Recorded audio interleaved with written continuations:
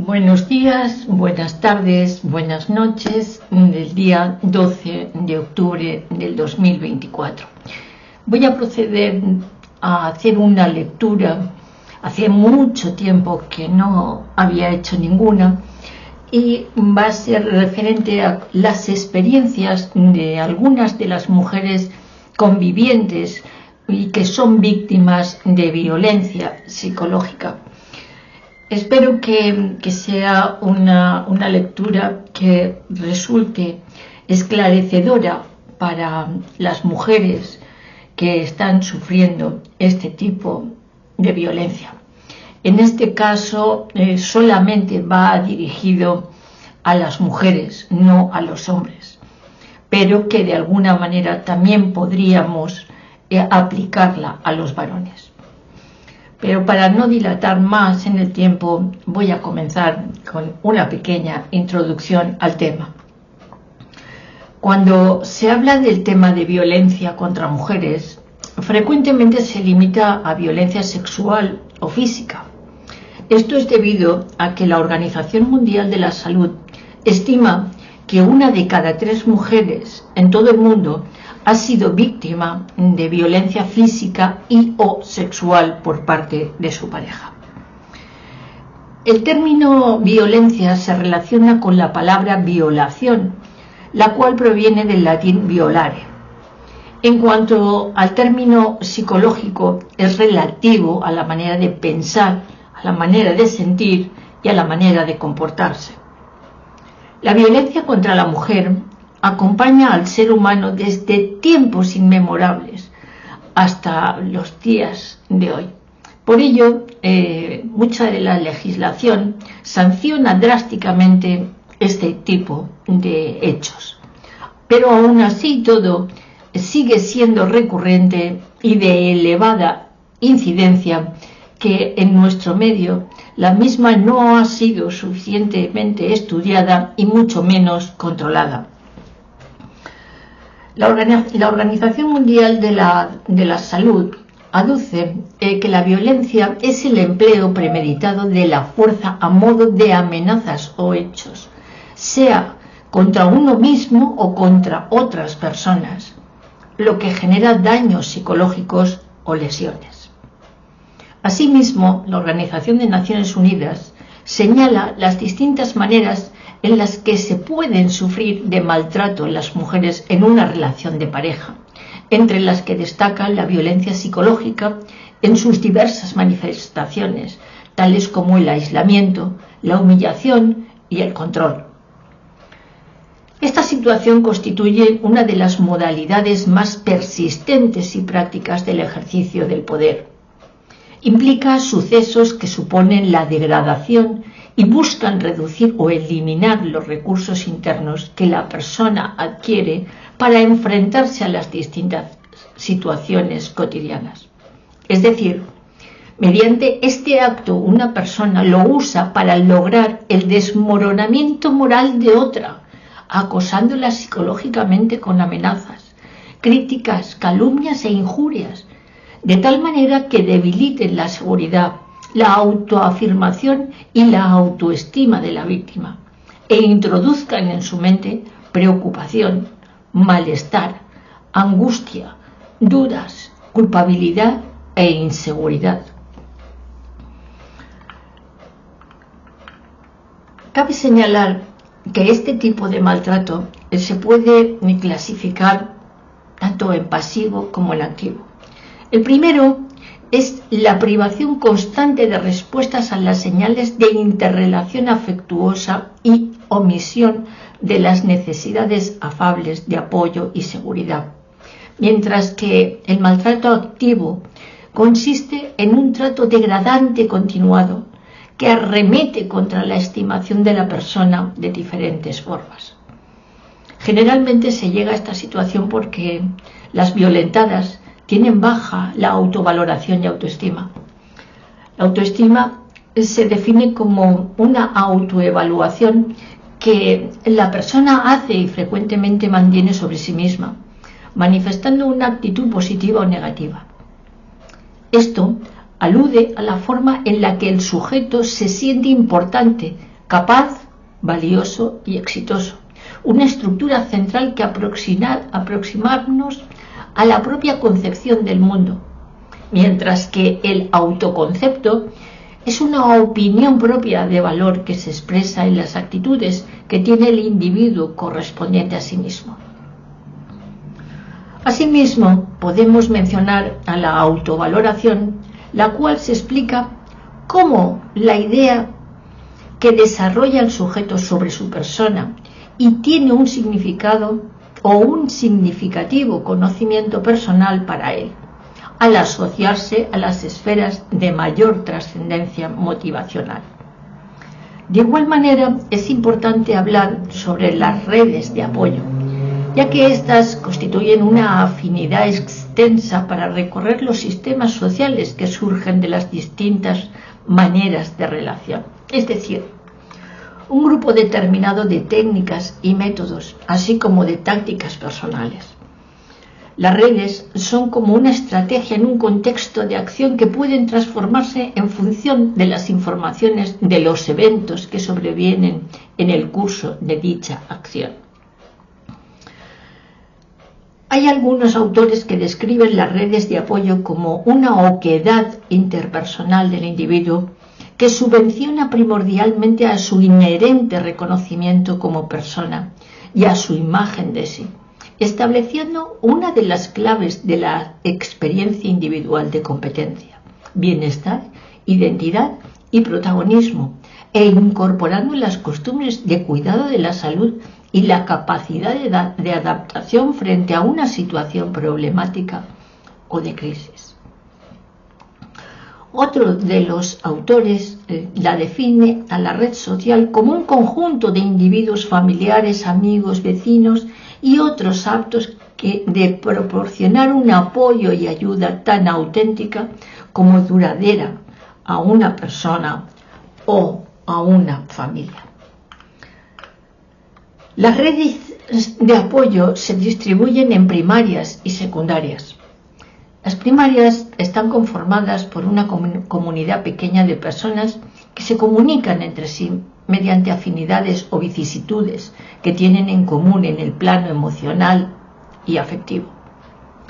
Las redes de apoyo secundarias son de índole más eventual y transitoria, puesto que se dan desde el contexto más institucional o una tarea por medio de las conexiones que se forman a medida que se cumple una establecida función en el marco institucionalizado.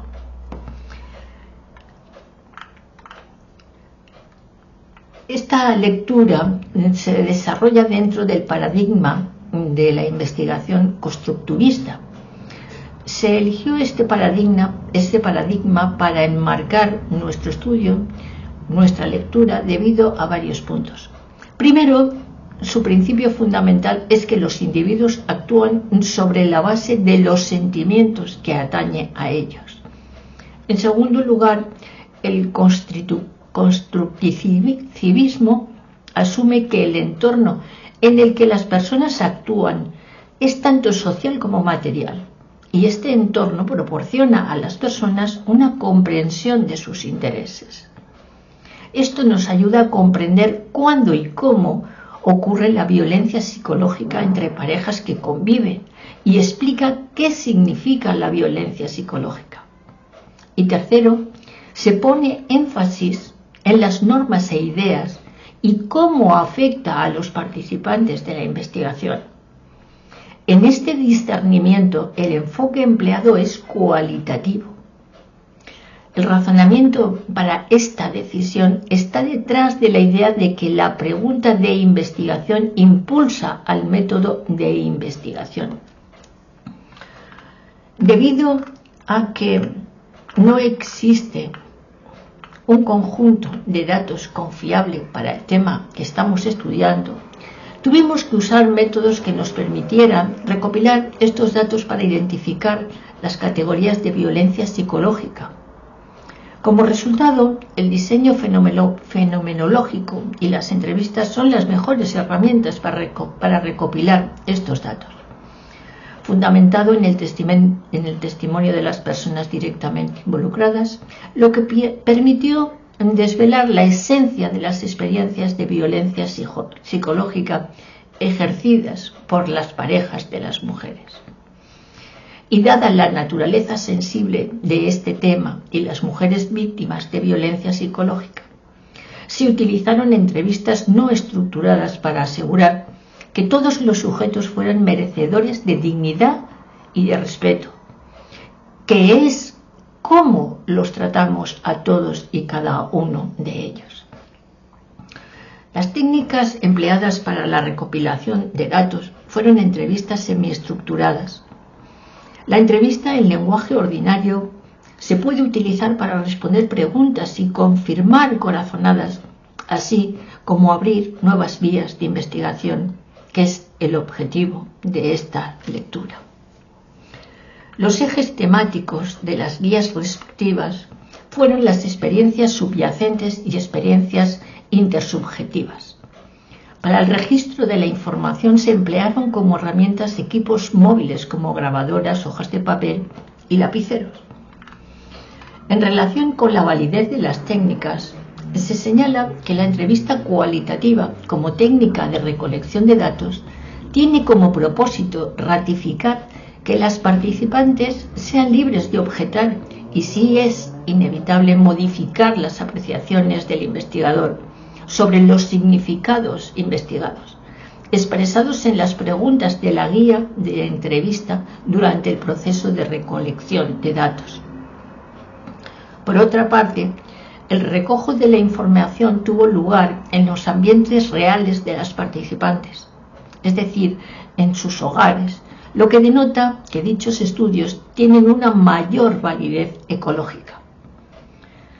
La elección de las participantes del estudio se realizó de forma no probabilística, empleando un muestreo intencional.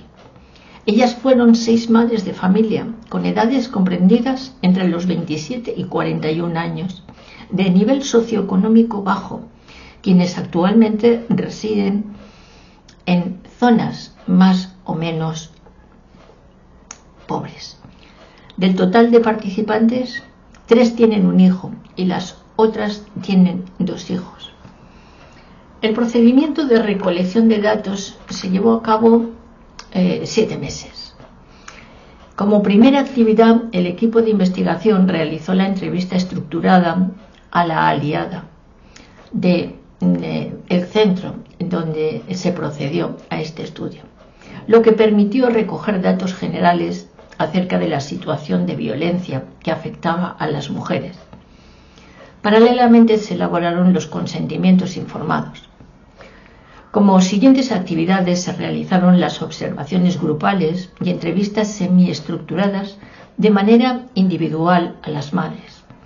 A 2 de ellas se las entrevistó en su hogar y a las otras 2 se las citó en el centro que le correspondía.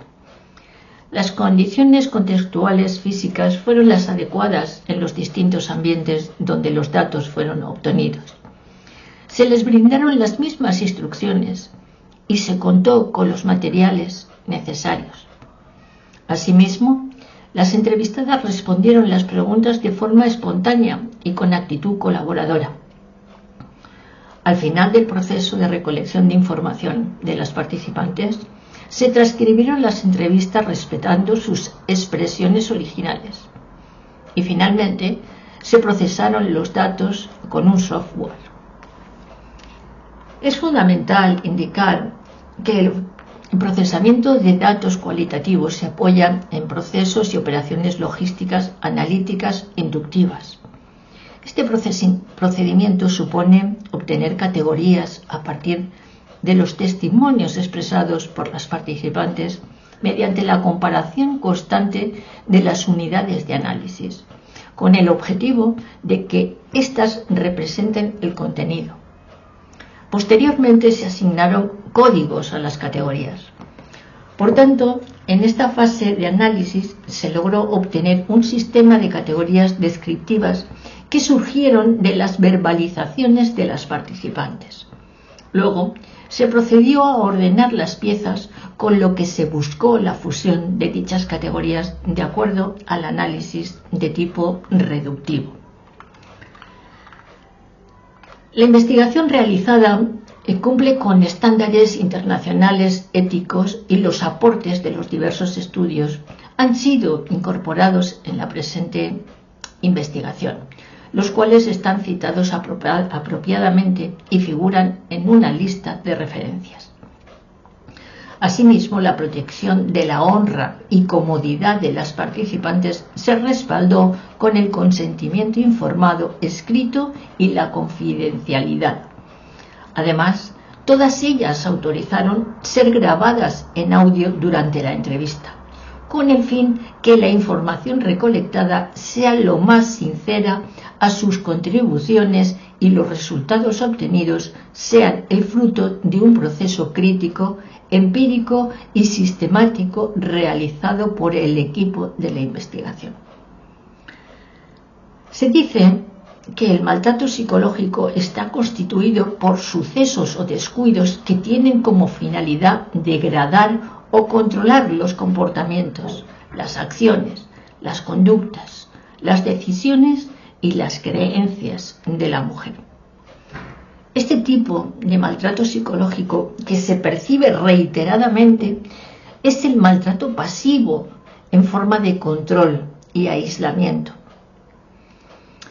Me decían: yo te he dicho que no vas a salir y punto, no insistas a cada rato. Ese sería uno de los primeros ejemplos. Siempre tenía que pedirle permiso para salir, de lo contrario era la razón de insultos y de amenazas. No quería que salga, se encaprichaba cuando le daba su cólera y estallaba con todo y contra todos. Más era cuando estaba borracho. Por teléfono me preguntaba: ¿a dónde vas? No escucho que estés ahí. Pásame para saludar con quién estás. Me impedía que salga. No podía a veces ni comprar sola, y menos demorarme o arreglarme un poquito. Me revisaba el celular cada vez que le daba la gana, y cuando mensajeaba con alguien estaba que estiraba el cuello mirando el mensaje. Asimismo, tenía la contraseña de mi Facebook. De igual importancia se evidencia el maltrato activo, a manera de insultos, humillaciones, amenazas, denigración, intimidación y desprecio. Siempre me decía que era una perra de la calle y esas cosas. Lo peor era lo que decía en voz alta muchas veces cuando teníamos intimidad.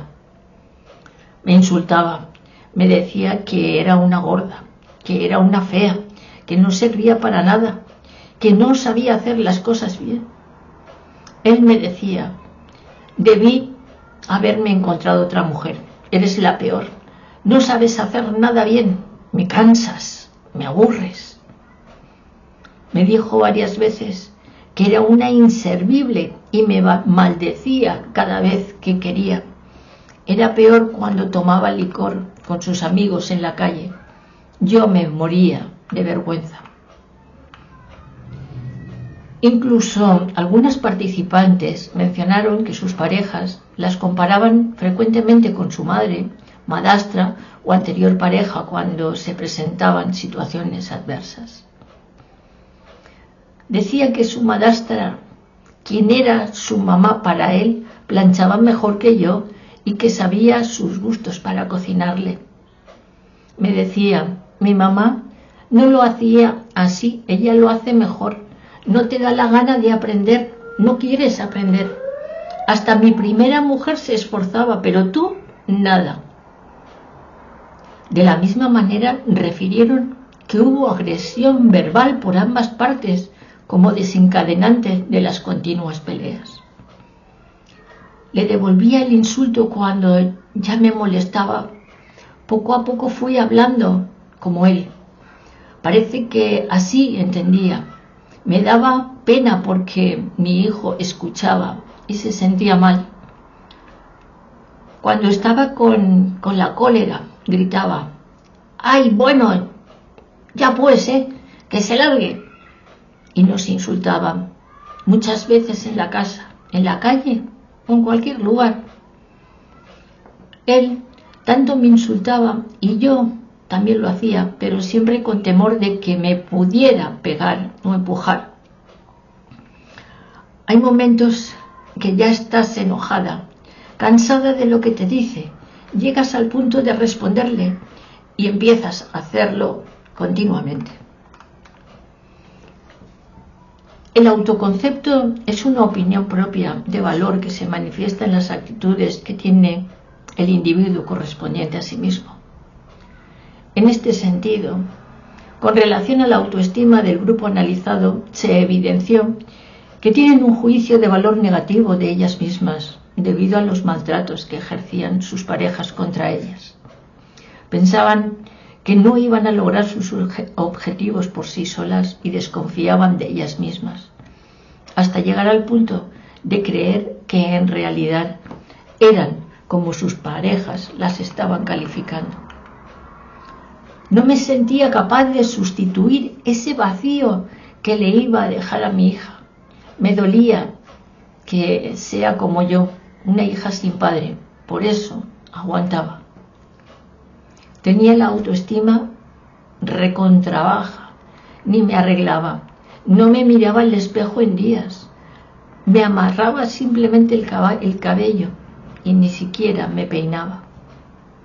Llegaba a un punto en que pensaba que si era verdad todo lo que decía, hasta renegaba conmigo porque creía que tenía razón. Mi estado de ánimo era cambiante. Llegué a tener desconfianza, dudaba de mí misma. Para hacer algo le preguntaba a él, así me grite o me explote. En la cabeza se me metía: eres una tonta, una fracasada. Muchas veces lloraba. Yo me sentía así, que era una desdichada, maldecía mi suerte, no tenía valor para actuar. Muchas veces lloraba demasiado. En cuanto a la autovaloración de las participantes, se comprobó que anteponían a sus parejas incluso por encima de sus menores hijos y de ellas mismas. Siempre lo ponía a él antes que a mí. Tenía la necesidad de complacerle en todo, a veces sin intención, hasta que me daba cuenta de que lo había hecho. Me sentía mal como mujer. Eran constantes los desplantes y reproches. Ya tenía miedo, vergüenza, no sé qué. No era suficientemente mujer como para poder ayudar a mi pareja, pensaba a cada rato, y menos para complacerlo. No me daba valor en nada. Todo lo que hacía no tenía valor. Las redes de apoyo son una afinidad extensa para reconocer las estructuras sociales que aparecen de las distintas maneras de relación, pero también es un grupo determinado de técnicas y métodos, así como de tácticas personales. Las redes son como una estrategia en un contexto de acción que pueden transformarse en función de las informaciones de los eventos que sobrevienen en el curso de la acción. La presencia total de redes de apoyo de las mujeres se reitera primaria, las cuales fueron familiares y amigos cercanos. Mis pocas amigas también sabían y me ayudaban y me aconsejaban. Me decían: valórate un poco, que yo sola sí puedo cuidar de mi bebé. Mis padres me dijeron que hace tiempo que era que terminé con él, que no me preocupara de la bebé, que acá no le va a faltar nada, ni va a sentir que le falta un papá. Tenía un amigo que confiaba bastante en él y le contaba y me ayudaba bastante también, pero no podía hablar siempre con él. Mi mamá Tenía conocimiento de todo. Ella me aconsejaba bastante, pero yo no le contaba todo por vergüenza. El primer soporte fue mi hermana, mi confidente, mi paño de lágrimas. Me pedía 1000 veces que lo deje y yo solo la escuchaba. Los últimos meses, mi vecina comadre empezó a apoyarme. Se daba cuenta lo que te pasa. Fueron muchas vergüenzas en la calle. Hasta gente que no conocía alguna me defendió. En redes secundarias, la policía de la comisaría y la psicóloga fueron quienes me brindaron soporte emocional para las mujeres o para las víctimas de violencia. Con la ayuda de la psicóloga, como me dio a entender muchas veces, aunque la verdad no fue rápido. La policía me dio confianza cuando fui a denunciar y me apoyó para terminar de romper mi relación. La psicóloga me dijo que tenía que ver las cosas positivamente y que tenía que analizar las cosas, que tenía que priorizar la vida de mi hijo también. Entonces, a pocas palabras, me aconsejó que debía romper los lazos con él. La dependencia emocional se caracteriza por una destacada extremosidad patológica.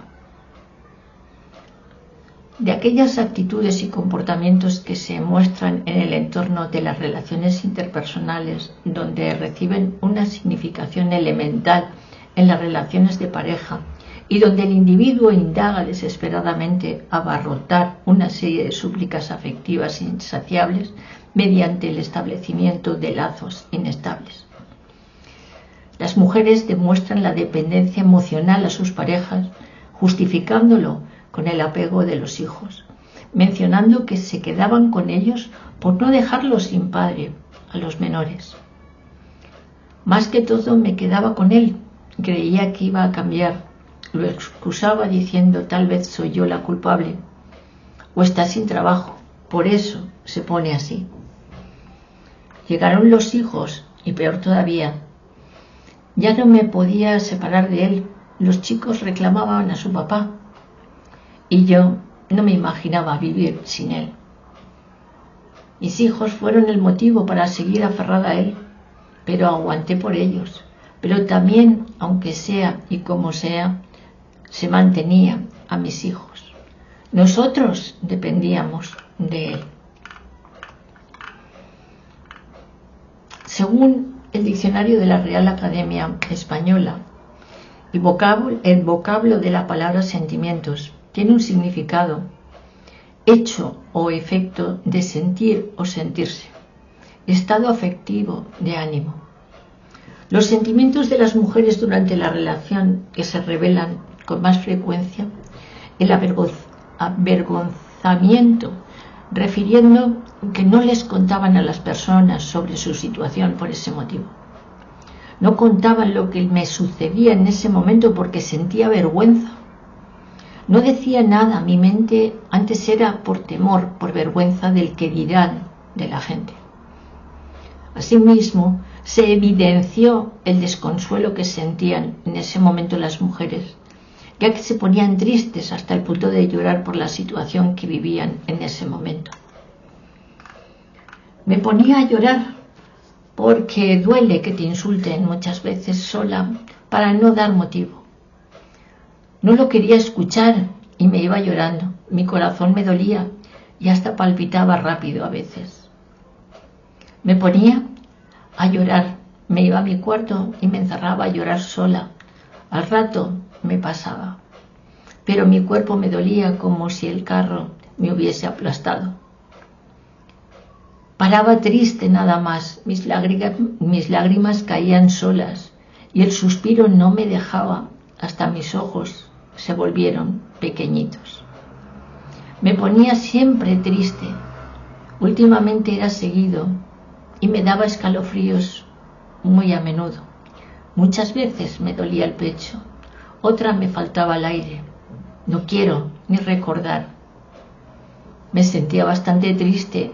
Mayormente me echaba a llorar, yo sola, para no empeorar la situación. De la misma manera, mencionaron sentir miedo a que las dañen, si es que le decían cómo se sentían realmente en la relación a sus parejas. Por miedo, tenía que estar ahí. Se volvía como loco cuando le contradecía o le contestaba. No me hacía sentir feliz y también me daba miedo decirle a él por qué. No sabía cómo iba a reaccionar. Yo le tenía miedo y pánico. Ni recordar, mi cuerpo temblaba por ratos cuando se encolerizaba. Sabía que venía fin de semana y tenía que tomar, y ya mi cuerpo temblaba. Se pudo observar también la resignación, mencionando que las mujeres aceptaban con paciencia y conformidad cualquier cosa que les dijeran sus parejas. En ese momento yo lo veía como que ya bueno, por llevar bien la relación. Le decía, bueno, pues si no quieres que salga, no salgo, pues. Me invitaban a salir y yo ya no quería, no, para evitar las peleas con él. Para evitar esto le decía, ya, no voy, cállate ya, no sigas con lo mismo. No respondía porque ya no quería más dramas, aunque a veces de tanto aguantar me dolía la cabeza y no podía ni siquiera dormir. Las mujeres adujeron que entre los motivos principales de la separación fueron amenazas de muerte que les hacían sus parejas e incluso por infidelidad. Quería mandarme a matar y eso me tomó fuerzas. Sentí una fuerza con eso que pensé, ¿cómo me va a matar? ¿Cómo voy a cuidar de mis hijos? Sentí una fuerza tremenda y ahí lo paré y le dije, tú te vas, lo que nunca me atreví a hablar. Me sacó la vuelta, él me contó, supuestamente, me dijo que la chica lo había llamado y le dijo que tenía una hija, que recién se estaba enterando. Le escuché una parte, de ahí me fui muy mal, porque no quería saber más. Entendí entonces que sus comparaciones en la intimidad tenían una razón. El objetivo de la presente investigación fue develar, describir e interpretar la esencia de las experiencias de mujeres convivientes que fueron víctimas de violencia psicológica ejercida por sus parejas. En los resultados se evidencia el maltrato psicológico relacionado con el maltrato pasivo y el maltrato activo, que incluyen comparaciones con la madre y agresión verbal en el momento de impotencia. Además, se pudo demostrar un juicio de valor negativo de ellas mismas en cuanto a su autoconcepto, autoestima y autovaloración. Por otra parte, se menciona la presencia total de redes de apoyo, siendo los familiares y amistades cercanas los soportes emocionales primarios, seguidos de un soporte emocional secundario, que sería el psicólogo. Se pudo evidenciar también una dependencia emocional a sus parejas, lo que se ve justificado por el apego de sus hijos. En cuanto a los sentimientos de las mujeres durante la relación, se revela con frecuencia el avergonzamiento, el desconsuelo, el miedo a ser dañadas y la resignación. De igual importancia se demostró que las principales causas de separación serían las amenazas de muerte realizadas por sus parejas y la infidelidad. Lo anterior puede contrastarse con lo que propone uno de los autores de que los maltratadores agreden emocionalmente con el propósito de deteriorar la autoestima de sus víctimas, humillándolas y avergonzándolas a fin de incrementar el poder y control sobre ellas. Todas estas conductas producen la suspicacia de la víctima, la carencia de fuerza y cabida para defenderse, entorpeciendo la acción y el pensamiento, así como provocando sentimientos de confusión, desvalimiento, dudas sobre sí misma, culpa e impotencia. A la vez, fue posible comprender que la violencia se proyecta a veces de una manera perspicaz en forma de maltrato emocional, como actitudes de menosprecio, hostilidad, amenazas, humillaciones, conductas de control y celos exagerados, lo que muchas veces hace que la víctima no se considere a sí misma maltratada. La mujer maltratada acepta la violencia conyugal y lo justifica, llegando a pensar que su agresor no es el causante sino ellas, aunque las emociones experimentadas sean continuas, como la tristeza, el miedo, el hartazgo, etcétera, etcétera. Solo después de vivenciar continuos actos de violencia y con la ayuda de terceros, acepta su realidad y lo afronta, tomando la decisión de romper la relación de pareja. De acuerdo con uno de los autores, las víctimas suelen acabar con el ciclo de la violencia cuando enfrentan situaciones funestas. Y ya como conclusión a toda esta lectura, diremos que la violencia contra la mujer en las relaciones de pareja sentimental es un problema social que afecta a las participantes como a miles, siendo alta la prevalencia en este grupo sensible y vulnerable, a pesar de los esfuerzos por erradicar este mal endémico en la colectividad. Los resultados muestran que las víctimas presentan diversas consecuencias emocionales, conductuales y sociales que deben ser atendidas a fin de garantizar su salud mental y física, dado que experimentaron actos de maltratos, agresiones y abusos en distintas ocasiones. Por otro lado, se muestra la relación entre violencia psicológica, física y el alcohol, así como con la codependencia emocional y económica. Se observa también que las manifestaciones de trastornos psicosomáticos eran desencadenantes de los niveles altos de ansiedad, depresión, miedo, preocupación, temor, angustia e inseguridad que vivían con sus agresores. De igual manera, el bajo autoconcepto, tanto emocional como físico, evidenció en este grupo, a pesar de ser conscientes de este hecho, las mujeres violentadas no frenaron la situación cuando se iniciaron los agravios por sus concepciones culturales y religiosas. El apoyo de su entorno más cercano sirvió de soporte emocional para tomar la decisión de ruptura sentimental y enfrentar la recuperación. El silencio de esta trágica convivencia podría ocasionar desenlaces funestos. Por ello, es necesario prevenir y atender estos problemas de salud pública. Muchísimas gracias, y aquí finaliza la lectura referente a, como bien os he dicho, las experiencias de las mujeres que viven y sufren la violencia psicológica por parte de sus parejas. Muchísimas gracias y muy buenas tardes, buenos días o muy buenas noches. Gracias.